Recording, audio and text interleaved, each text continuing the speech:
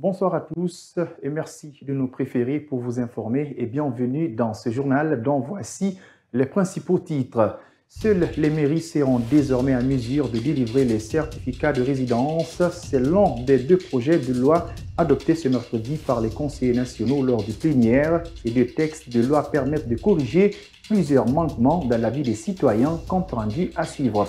Et puis le tribunal de première instance de Mafanko condamne Ibrahim Diallo au paiement d'un franc symbolique pour dommages et intérêts à l'ex-commissaire spécial de l'aéroport international Ahmed Sékou Touré. L'ancien commissaire a été renvoyé par le tribunal à des fins de non-poursuite et pour délit non constitué.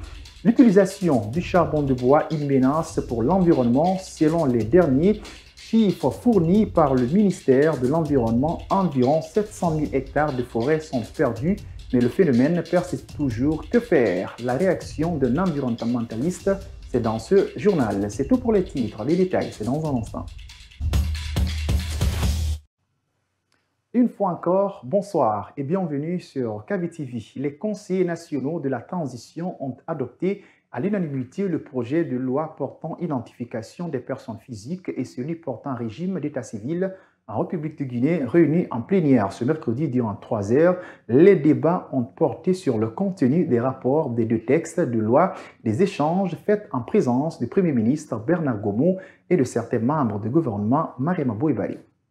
Adopté à l'unanimité par les conseillers nationaux présents, le projet de loi portant régime de l'état civil à République de Guinée permettra de moderniser et de décentraliser le système de l'état civil guinéen. Le présent projet de loi vise la modernisation et la généralisation du système de l'état civil guinéen sur l'ensemble du territoire national. La consécration du mariage dans les lieux de culte, la mise en place d'un système de dématérialisation et de digitalisation des actes de l'état civil qui permettra de stocker les données au niveau national et de les sécuriser. Présenté par la Commission Constitution, Loi organique, Administration publique et Organisation judiciaire, la loi portant identification des personnes physiques permettra quant à elle de donner un régime juridique propre à l'identité de chaque personne vivant sur le territoire national, mais aussi des Guinéens établis à l'étranger. Le présent projet de loi donne un régime juridique propre à l'identification des personnes physiques, mieux connaître la population guinéenne et la population étrangère résidant en République de Guinée. Il permet en outre de préfigurer la création d'un registre national des personnes physiques, mais aussi de l'attribution d'un numéro personnel d'identification, NPI, à chaque citoyen guinéen. Porté par le ministre de l'Administration du territoire et de la décentralisation, les deux textes de loi viennent corriger plusieurs manquements dans la vie des citoyens. Désormais, les certificats de résidence seront délivrés au niveau des mairies à lieu et place des quartiers. Le citoyen qui réside dans un quartier X, secteur 2 ou 3, aura la possibilité de se rendre sur le chef de secteur afin d'établir pour lui l'attestation d'habitation, et qui est contresigné par le chef de quartier, et c'est sur présentation de ce document qui portera désormais la mention nom-prénom du citoyen et son numéro identifiant qui permettra à l'officier d'état civil au niveau de la commune d'établir le certificat de résidence. Pour le président du Conseil national de la transition, l'adoption de ces lois va permettre la lutte contre la corruption, éviter les doublons sur les listes électorales et dans tous les fichiers administratifs. Parlant justement de ces projets de loi adoptés par le Conseil national de transition, notamment la délivrance des certificats de résidence, au niveau des mairies, les citoyens restent divisés et certains saluent cette décision. D'autres, par contre, trouvent cela bénéfique pour les caisses de l'État. Salimatou Diallo a recueilli l'avis de quelques-uns. Voici son reportage. C'est une nouvelle qui est diversement appréciée par les citoyens de Conakry. Désormais, les certificats de résidence seront délivrés par la mairie en lieu et place des chefs de quartier ou secteur. Djenabou Diallo habite dans la commune de Ratoma. Elle apprécie l'adoption de ce texte de loi. Cette décision n'est pas mal en soi parce que au niveau des quartiers, on sait qu'on pouvait obtenir ce document facilement, mais la question qu'il faille se poser, c'est où on met cet argent qui rentre au niveau du quartier. Donc vouloir ramener un peu l'obtention de ce document au niveau des mairies, c'est pas mal. Cet autre citoyen ne partage pas cet avis. Il soutient que la proximité et surtout l'identification des résidents sont beaucoup plus maîtrisés par les chefs de quartier. Le chef de quartier connaît ses militants plus que la mairie. Il faut toujours revenir vers chez le quartier pour avoir les certificats de résidence. C'est ce qui est normal. C'est un retard. Ça va créer un retard énorme pour avoir ce document-là. Mais dès que tu es au quartier, en 10 minutes, tu as ton dossier en main. La plupart des citoyens rencontrés fustigent cette décision. Une décision qui réduit de plus en plus la responsabilité des chefs de quartier. 65e anniversaire de la célébration de la création de l'armée guinéenne, le ministre de la Défense nationale lance à partir de ce 25 octobre la semaine du soldat. Durant une semaine, l'armée guinéenne sera célébrée. Des avancées et progrès réalisés mis à la disposition des populations. Le ministre de la Défense nationale, Aboubakar Sidiki Camara, a dans son discours saisi cette occasion pour rendre un hommage mérité aux pionniers de l'armée guinéenne. Décryptage, Gina Boucham. Pour les 65 ans de la célébration de la création de l'armée guinéenne, le ministre de la Défense a rendu un hommage mérité aux pionniers de l'armée guinéenne qui ont participé à la libération du pays et du continent. Est-il besoin encore de faire toute la litanie des interventions de cette armée qui s'est illustrée par de hauts faits d'armes en Guinée et dans plusieurs pays africains pour la défense de la liberté. Elle a participé activement au soutien des mouvements de libération nationale, aux opérations de maintien de la paix et de la stabilité en Afrique au sein de la communauté internationale. C'est le lieu de rendre hommage à tous nos compagnons d'armes tombés sur le champ d'honneur. Cette célébration placée sous le thème « Notre nation, notre raison d'être », la restitution du parcours de l'armée guinéenne sera faite par les forces de défense et de sécurité. C'est cette redevabilité qui fait de l'armée guinéenne une véritable armée-nation. C'est pourquoi cette année, nous célébrons le 65e anniversaire de notre armée sous le thème « Notre nation, notre raison d'être ».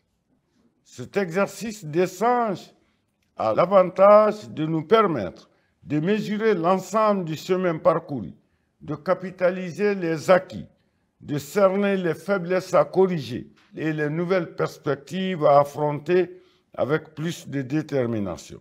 L'armée guinéenne a connu des progrès remarquables depuis le 1er novembre 1958. Pour l'ambassadeur Aboubakar Sidiki Camara, le mérite revient au président de la transition, colonel Mamadi Doumbouya, pour le progrès réalisé en seulement 2 ans.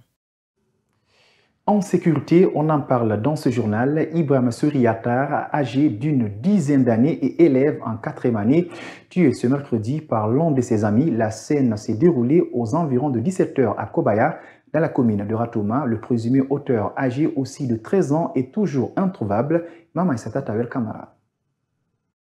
C'est au domicile du présumé assassin que le corps d'Ibrahima Souriatara a été retrouvé ce mercredi aux environs de 17 h. Âgé d'une dizaine d'années, il aurait été tué par un de ses amis. Les parents de la victime dévastés par cet acte souhaitent que justice soit rendue. Hier, quand mon fils est revenu de l'école, il a mangé, puis il a fait ses travaux ménagers. Aux environs de 17 h, il est parti jouer au ballon avec ses amis, juste à côté de la cour de Hassan Bari. Entre-temps, il est sorti appeler Ibrahima Sori. Le petit est rentré dans leur cour et il a tiré sur lui avec l'arme de son père, Rafiou Bari. Ses amis sont venus m'informer et je suis parti voir mon enfant.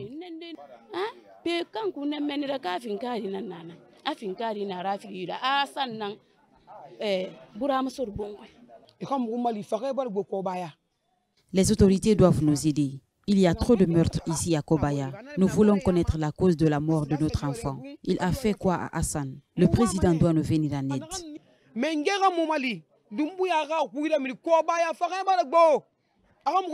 Ce drame avait entraîné de vives altercations entre les forces de l'ordre et les jeunes du quartier. L'adjoint du chef de quartier de Kobaya plaide pour l'accalmie. Donc pour le moment,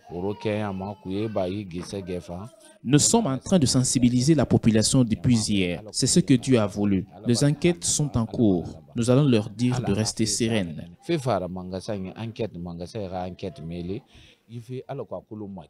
Le constat révèle qu'en 2 ans, 6 enfants ont été assassinés à Kobaya. Le dernier cas remonte à l'année dernière où une fillette de 4 ans a été retrouvée morte et violée avant d'être pendue par son bourreau. Le meurtre d'Ibrahima Souriatara vient s'ajouter à la longue liste d'enfants assassinés. Pour l'heure, le corps du garçon et le père du mis en cause se trouvent dans les mains des autorités.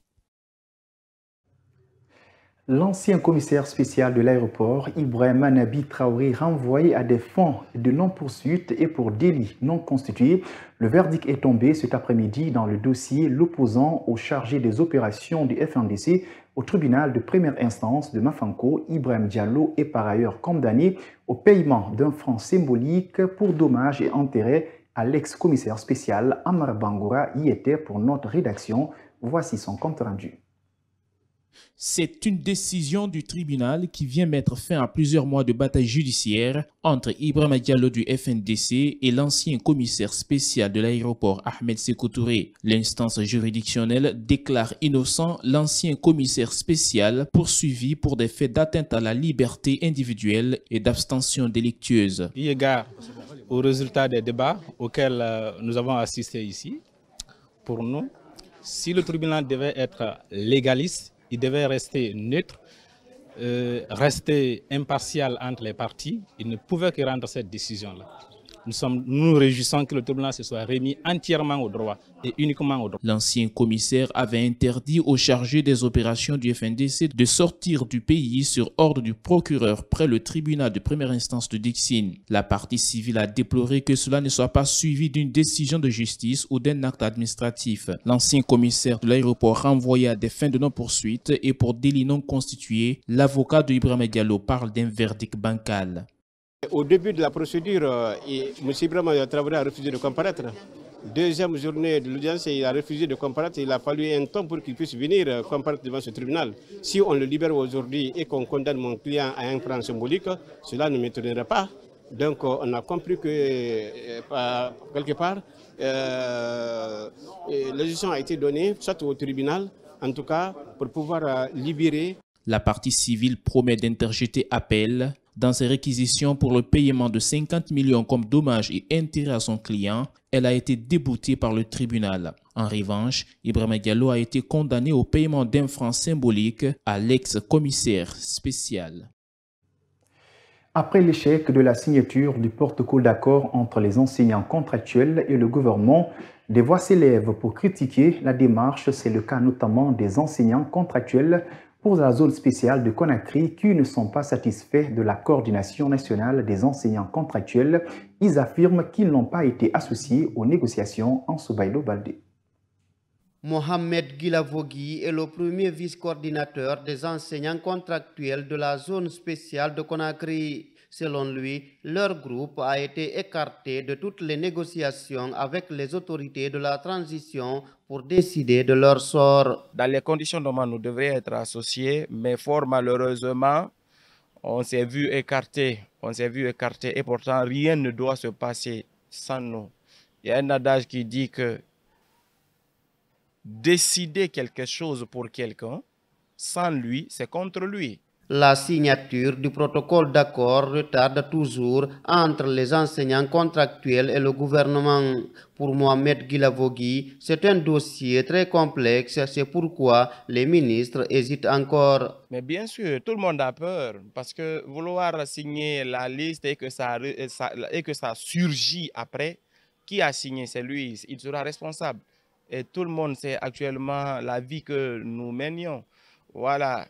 Quand on est ministre, les privilèges que tu as, est-ce que tu vas accepter un dossier comme ça, là, brûlant, va t'emporter? Non, tu ne vas pas accepter. C'est pourquoi les gens ont peur. Pourtant, les enseignants contractuels ont décidé de renoncer à leur arriéré de salaire et de primes au profit de leur engagement à la fonction publique. Et la question qu'il faille se poser, c'est pourquoi le protocole d'accord peine à être signé jusqu'à maintenant. 100 000 francs guinéens comme frais d'inscription au concours d'intégration à la fonction publique. Le porte-parole du Forum des forces sociales de Guinée demande l'annulation du montant. Ibrahim Balaya Diallo estime cependant que l'État devrait communiquer sur le nombre de personnes devant être recrutées pour réduire le taux de chômage. Aïcha Kamara et Kabene Sano.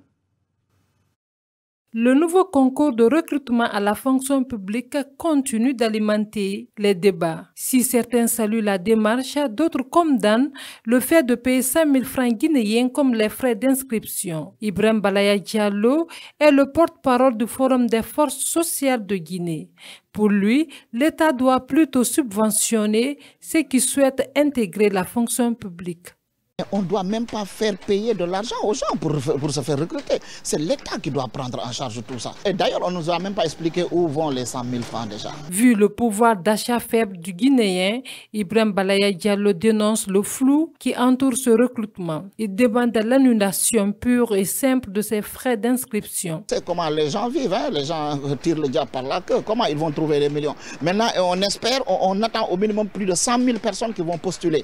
Avec le chèque enregistré dans les précédents concours de recrutement, cet acteur de la société civile reste sceptique quant à l'aboutissement de cet autre concours. Bien que dangereux pour l'environnement, beaucoup de ménages utilisent encore du charbon de bois en lieu et place du gaz. La plupart évoquent des questions d'ordre économique, pourtant ils représentent un inconvénient sanitaire et écologique. Plus de détails dans ce reportage signé Aboubakar Bensila. Suivez. Comme chaque matin, Lucie utilise son charbon de bois qu'elle organise dans un fourneau, le quotidien de nombreux Guinéens pour lesquels ce combustible est vital. Nuisible pour l'environnement, son utilisation est souvent d'ordre économique. Moi, j'utilise le charbon parce que le charbon est moins cher, malgré que ce n'est pas bon pour l'environnement, mais moi, j'aime bien utiliser le charbon en plus par rapport au gaz. À la place du charbon de bois, cette dame préfère utiliser le gaz pour sa cuisine. Selon elle, celui-ci est plus rapide et moins polluant. J'utilise le gaz parce que c'est plus rapide et moins polluant. Ça m'aide à préparer très vite avant le retour de ma fille de l'école. L'utilisation du charbon de bois est pourtant désastreuse pour l'environnement. La Guinée se retrouve aujourd'hui avec moins de 700 000 hectares de sa forêt à en croire le ministère de l'Environnement. Un chiffre énorme pour lequel cet environnementaliste tire la sonnette d'alarme. Couper le bois, transformer en charbon et créer d'énormes dégâts sur l'environnement, mais aussi sur le bien-être humain, parce que ça va nous étouffer, ça va créer une certaine quantité de CO2 que nous ne devons pas respirer, que nous pouvons pas, que nos poumons ne peuvent pas dissocier le carbone à l'oxygène. Seul l'élément qui peut dissocier, c'est l'arbre. L'urgence est de changer la mentalité des populations, à abandonner progressivement l'utilisation du charbon de bois, a conclu Ibrahim Sourioula. Les vendeuses du marché kilomètre 36 situé dans la préfecture de Koya ont exprimé leur mécontentement dans la matinée de ce jeudi. Les manifestantes JARI fustigent la gestion unilatérale de l'administration de leur marché. Munies de pancartes, elles demandent à ce que cette dernière soit révoquée. Fatoumata Kamara pour en savoir davantage. Pancartes en main, des vendeuses du marché de kilomètre 36 scandent des propos hostiles à l'endroit de l'administratrice de leur marché. Elle reproche à la nominée Yara Kamara de ne fournir aucun effort pour leur épanouissement dans le marché. Mama Issata Kamara est l'une des manifestantes. Ils nous font souffrir. Les taxes sur nos places, tout est cher dans ce marché. Avec la conjoncture actuelle du pays, comment nous les femmes nous allons faire? Nous voulons qu'elle quitte. Nous avons trop souffert.